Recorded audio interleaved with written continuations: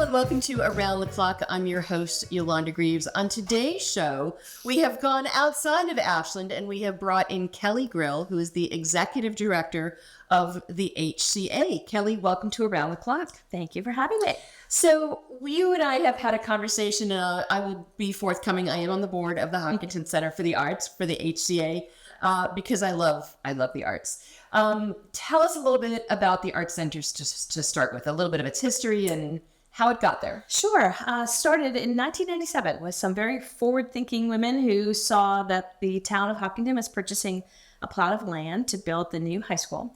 And there's an old farmhouse, a dairy barn, and they saw that and said, this really could be an art center. And so the town supported that idea, and from 97 right through till 2015, fundraising and working toward and creating programs in the visual art, performing arts, theater, music, dance, and education and events. And so that's really how it started, with really some people saying, you know, this is a wonderful space and location. I came to them in 2011. I had run a little theater down the street, and the theater that we all started at Hopkinton High School. I love how you say a little theater around the street. It's just a little space, much smaller than your beautiful studio here. Yeah. And we joined forces then, and that's when it was the Cultural Arts Alliance originally. We were the Interstation Theater, and we formed the Hopkinton Center for the Arts in 2011. So since then, we have renovated our barn into a 200-seat performance space, gallery, and education space. And then we also have our farmhouse, which we renovated for private music lessons and music classes. And we've grown so much that we ended up renting some space down the street for our ceramics and dance program. So hit all those programs a little bit. You know, dance, theater, ceramics, visual arts. Talk about them. Let's start with the ceramics program, because that seems to have just exploded in the last couple of years. It has. And you know what's so amazing about that is the majority of people who take a ceramics class are adults. For a while, I think the perception was Hopkins and Ferrets was just for kids, which was never the case. But now it's really clear that there's so much there for adults. And most of the people that come, because ceramics itself, it's pretty physical. You have to have a lot of arm strength to certainly do the wheel. So you have to be at least a teenager in order to even do it. Right. However, when I keep hearing over and over again, why ceramics is so popular and why it's grown. It's tactile, but it's so social. If you're there for a class, you're there for 3 hours. You really get to know the people in your class. 3 hours. 3 hours. It takes a long time because you roll the clay and is a lot to do. And that's not, then you have to come back and glaze it and fire it. It's a very long process. But so you're with people and you develop friendships, you develop, a social community there. And so people continue to come back to that, which is, I love that. Fun. And we have the website up in back of us, and we're seeing shots of music.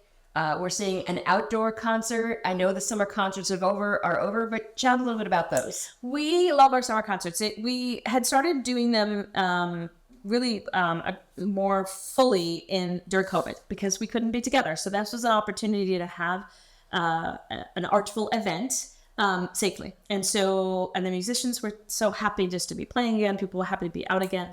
And since then, it has continued to grow. It's a pay what you can concert. Ashland Cultural Council has been very generous in giving us some grants. And so we're able to make it open to everyone and anyone. We have some amazing bands every Friday and Saturday night throughout the summer. People bring their lawn chair and maybe a little bit of dinner and can just enjoy a nice summer night.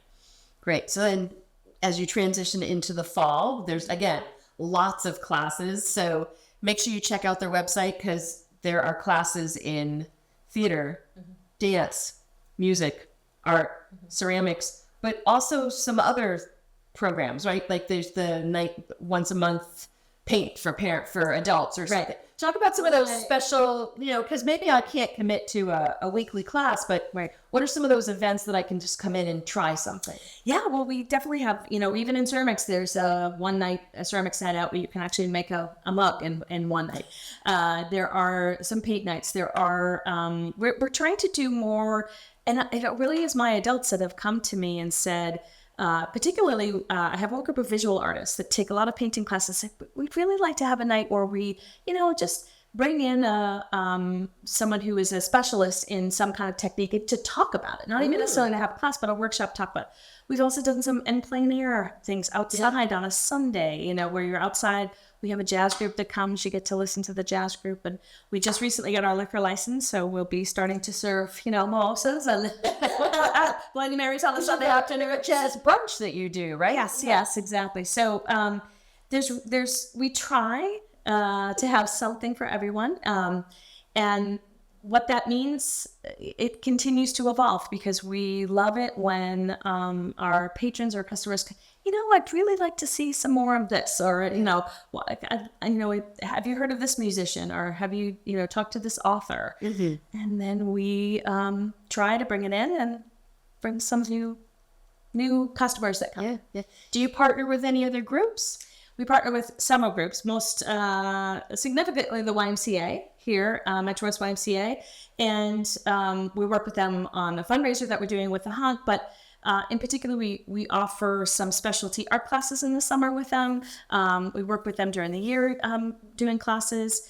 We have a great partnership with the Hopkinton Parks and Rec Department, and we work with a wonderful group of students from several towns, students with disabilities between 18 and 22, who are looking for, what I didn't realize is that population in most of the towns will have a small population of students that stay in school from 18 to 22 to take classes. Some of them go to college classes, but there was no art programming. And so we had a wonderful donor and then sponsor and a corporate sponsor in Dell that provided funding so that we are now offering all those groups from Ashland now has joined us, Holliston, Westboro and Hopkinton that get together once a week for either an art class or a dance class. And it really has been just a joy. It's our favorite day of the week when those students come in. Nice.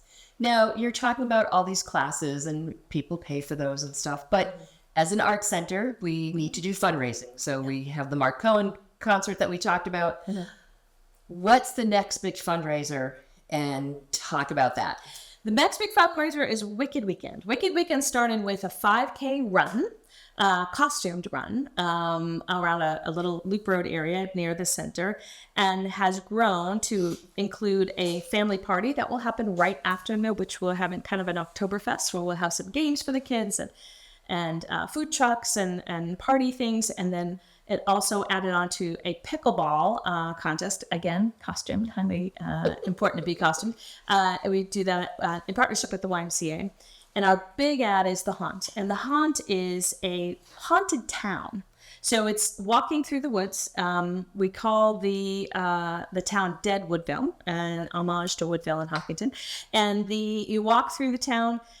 People live there after they die. It is really a theatrical, interactive haunt. It's not the typical chainsaws and blood or jump scares, but it's a story, musical numbers. It is clever and we hope delightful for audiences. And so while we're talking, when does the haunt happen? And again, if someone's interested to get some tickets and help run it, what might they do? Well, we need lots of volunteers, lots of help from everything from parking to being an actor in the haunt.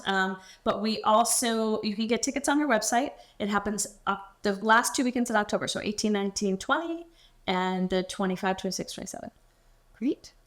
Anything else you'd like to add to let people know about the HCA? Just that we are a regional art center, and we see a lot of people coming from the community of Ashland, and we'd love to see a lot more. We want Ashland to know this is your art center. How many communities do you know have come and done stuff at that HCA? We see our last count was 341 communities, and that includes some in other states that come, whether it's for a class or for a concert or an event, or we've even had people submit original plays from as far as Australia. So it's been quite a journey to get here. But what the most population that we see, obviously, certainly for classes, is right in the towns right around us. So Ashland's a big part of our family. So if you want to try out some art classes, check out HCA. It's a great organization. Now, Kelly, before you go, there's a question I ask all first-time interviewees at Around the Clock. Is there something about you, Kelly Grill, that not many people may know that you'd be willing to share with our viewers? Ooh, I don't know. That's a good one. I feel like everybody knows. There must be something deep past that. Deep past. I could say once my one little claim to fame is I attended a wedding one time in I'm not sure what this was you're looking for, but in California, Beverly Hills of all places. Ooh, it was very posh. Yes, it was one of those. I don't know how I knew this person, but I walked into the wedding and there was Milton Berle. Oh my goodness! And it was a wedding of like 20 people. So the entire time he was like directing and telling about and very large on life. And I think I was the only person in the wedding guests that didn't say hello. I was just too intimidated. It's Milton Berle. Sorry, I didn't. That's a great story. Well, this is my little claim to fame. Well, Kelly, thank you so much for coming to Around the Clock and sharing all the wonderful things about the HCA. And hopefully, friends, we will see some of you attending some of these great events and maybe even see you at the hunt. That would be great. Thanks for coming. Thanks, Yolanda. And that wraps up this episode of Around the Clock.